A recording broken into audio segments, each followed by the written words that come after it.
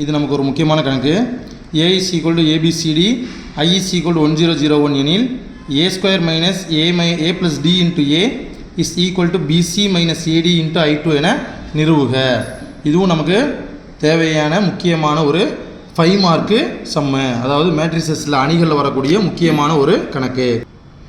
இப்போ இந்த கணக்கு நம்ம ஆரம்பிக்கிறதுக்கு முன்னாடி எப்பயுமே நம்ம என்ன பண்ணுவோம், ஃபஸ்ட்டு ப்ராக்கெட்டுக்குள்ளே உள்ளதை பண்ணுவோம்.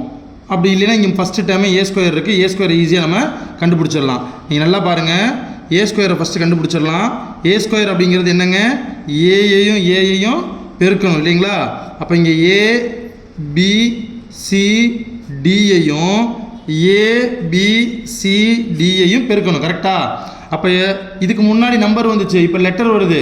லெட்டர் வந்தாலும் நம்பர் வந்தாலும் நமக்கு மெத்தடு ஒன்று தான், ரோவையும் காலத்தையும் மல்டிப்ளை பண்ணணும். நான் எல்லா கணக்குலையும் சொல்லிட்டு வர்றேன், ரோவையும் காலத்தையும் நம்ம பெருக்கணும். அப்போ ஏ இன்ட்டு ஏ ஸ்கொயர், நல்லா புரிஞ்சுக்கோங்க. ஏயையும் பெருக்கணும்னா ஏ ஸ்கொயர், ஏயையும் பெருக்கணும்னா A square. Then plus B into C BC, பிஐயும் சியை பெருக்கணும்னா பிசி தான். அடுத்து பாருங்கள், A into B AB, B into D BD, புரியுதுங்களா. அடுத்து கீழே வந்துருங்க, சி இன்ட்டு ஏசி.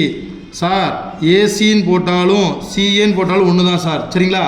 ஏ இன்ட்டு சினாலும் சி இன்ட்டு ஏனாலும் ஒன்று தான், அதாவது 2 இன்ட்டு 3 நாளும் 3 இன்ட்டு 2 நாளும் ஒன்று தான், அதான் ஏசின்னு போட்டிருக்கேன். அடுத்து plus D into C CD. அடுத்து வாங்க, C into B BC plus D into D square. நல்லா புரிஞ்சுக்கோங்க, ரொம்ப சிம்பிள் தாங்க. ரோவையும் காலத்தையும் பெருக்கிறோம். அடுத்து இந்த ரோவையும் இந்த காலத்தையும் பெருக்கிறோம். நெக்ஸ்ட்டு இந்த ரோவையும் இந்த காலத்தையும் இந்த ரோவையும் இந்த காலத்தையும் பெருக்கி இங்கே நான் போட்டிருக்கிறேன். இப்போ நமக்கு என்ன தேவை, ஏ ஸ்கொயர் கண்டுபிடிச்சாச்சு. அடுத்து நமக்கு என்ன தேவை, ஏ ப்ளஸ் டி இன்ட்டு ஏ தேவை. இப்போ ஏ ப்ளஸ் டியால் ஏயை மல்டிப்ளை பண்ணணும்னு அர்த்தம், ஏ ப்ளஸ் டியையும் ஏயையும் பெருக்கணும்னு அர்த்தம்.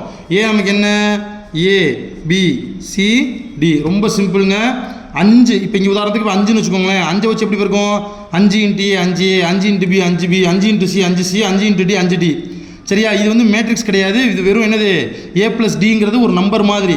ஸோ இதை வச்சு இதை பெருக்கணும், இதை வச்சு இதை பெருக்கணும், இதை வச்சு இதை மல்டிப்ளை பண்ணணும், இதை வச்சு இதை மல்டிப்ளை பண்ணணும், இதை வச்சு இதை மல்டிப்ளை பண்ணணும். பண்ணலாமா, பொறுமையாக பாருங்களேன். ஏயையும் மல்டிப்ளை பண்ணால் ஏ ஸ்கொயரு, இந்த ப்ளஸ்ஸுக்கு plus A into D AD. அடுத்து பாருங்கள், A into B AB plus B into D BD. இங்கே ரோ இன்ட்டு காலம் வராதுங்க, காரணம் என்னென்னா இது வெறும் ஒரே ஒரு நம்பர் மட்டும்தான், இது மேட்ரிக்ஸ் கிடையாது. A into C AC plus C into D CD. அடுத்து A into B AB A into D AD plus D into D square, சரிங்களா. இப்போ இதால் நம்ம மல்டிப்ளை பண்ணியாச்சு. இப்போ இது ரெண்டுத்தையும் நம்ம என்னங்க பண்ணணும், மைனஸ் பண்ணணும், புரியுதுங்களா. அப்போ A square minus A plus D into A பண்ண சொல்கிறாங்க. ஏ ஸ்கொயருடைய ஆன்சர் எழுதிடலாமா, A square plus BC AB plus BD AC plus CD BC plus D square minus, ஏன்னா இங்கே மைனஸ் இருக்குது, மைனஸ். அடுத்து என்ன பண்ணிடலாம், ஏ ப்ளஸ் டி இன்ட்டு ஏவுடைய ஆன்சர் எழுதிடலாமா, A square plus BC AB plus BD AC plus CD AD plus D square. பொறுமையாக பாருங்களேன், மிடில் மைனஸ் தானே, இங்கேயும் இருக்கிறத அப்படியே கேன்சல் பண்ணி விட்டுலாம். பாருங்கள், A plus B BD minus A plus B BD cancel ஆகிடுமா. A plus AC plus CD AC plus CD cancel ஆகிடுமா. அடுத்து பொறுமையாக பாருங்கள், இங்கே ஒரு ஏ ஸ்கொயர் இங்கே ஒரு ஏ ஸ்கொயர், சரிங்களா. அதே போல் பாருங்கள், இங்கே ஒரு ஏ ஸ்கொயர் இங்கே ஒரு ஏ ஸ்கொயரை கேன்சல் பண்ணிடலாம். அதே போல் இங்கே பாருங்கள், இங்கே உள்ள டி ஸ்கொயரு இங்கே உள்ள டி ஸ்கொயரை கேன்சல் பண்ணிடலாம். பேலன்ஸ் என்ன இருக்கோ அது அப்படியே எடுத்துடுதுங்க. பேலன்ஸ் என்னங்க இருக்குது, ரொம்ப சிம்பிளாக எழுதிடலாம். இங்கே பிசி இருக்குது, இங்கே மைனஸ், இங்கே பிடி இருக்குது. இவங்க 2 பேரும் கேன்சல் ஆகிட்டாங்கன்னா ஒன்றுமே இருக்க மாட்டாங்க, 0. இவங்க 2 கேன்சல் ஆகிட்டாங்க, ஒன்றுமே இருக்க மாட்டாங்க, 0. இவங்க பிசி இருக்குது, இங்கே மைனஸ் ஏடி இருக்குது, புரியுதுங்களா. இதுதான் சமன்பாடு நம்பர் 1. அடுத்து சமன்பாடு நம்பர் 2க்கு நம்ம என்ன பண்ணணும்னா இதை கண்டுபிடிக்கணும். என்ன கண்டுபிடிக்க சொல்கிறாங்க, பிசி மைனஸ் ஏடி இன்ட்டு I2 இதை கண்டுபிடிக்க சொல்கிறாங்க. சரிங்களா? இது வந்து ஏடி, நான் தப்பாக போட்டிருக்கேன், ஏடி இது. சரி, அப்போ பிசி மைனஸ் ஏடினா ஒன்றும் இல்லைங்க, அப்படியே பிசி மைனஸ் ஏடின்னு எழுதிங்க. I2னா நமக்கே தெரியும் 1001. இதுக்கு முன்னாடி நம்ம சம்மில் பார்த்துருக்கோம். உள்ளே மல்டிப்ளை பண்ணுங்கள். பிசி மைனஸ் ஏடி இன்ட்டு 1, பிசி மைனஸ் ஏடி, ஜீரோவோட எதை மல்டிப்ளை பண்ணாலும் 0, ஜீரோவோட எதை மல்டிப்ளை பண்ணாலும் 0, 1ஓட அதை மல்டிப்ளை பண்ணால் பிசி மைனஸ் ஏடி. சமன்பாடு நம்பர் 2. இது 2 ஒரே மாதிரி இருக்கா? அதுதான் 1 = 2, எனவே நிரூபிக்கப்பட்டது அப்படின்னு சொல்லி நம்ம எழுதிடணும். நல்லா ஒரு நிமிஷம் பார்த்துக்கோங்களேன். ஒன்றுமே இல்லை, ஃபஸ்ட்டு ஏ ஸ்கொயரை கண்டுபிடிக்கணும்.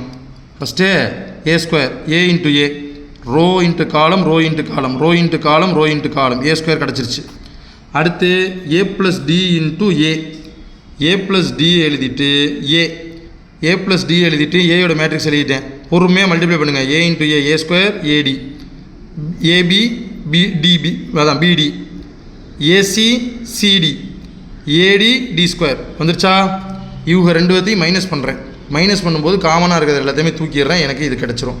அதுக்கப்புறமா லெஃப்ட் ஹேண்ட் சைடில், ரைட் ஹேண்ட் சைடில் நமக்கு என்ன கேட்குறாங்க? பிசி மைனஸ் ஏடி I2 கேட்குறாங்களா? பிசி மைனஸ் ஏடி I2னா பிசி மைனஸ் ஏடி I2ங்கிறது 1001 மல்டிப்ளை பண்ணோம்னா இவங்களும் ஒரே மாதிரி நமக்கு வரும். ஸோ 1 = 2ன்னு சொல்லிட்டு நமக்கு வந்துடும். ஏதாவது சந்தேகம் இருந்ததுன்னா கேளுங்க.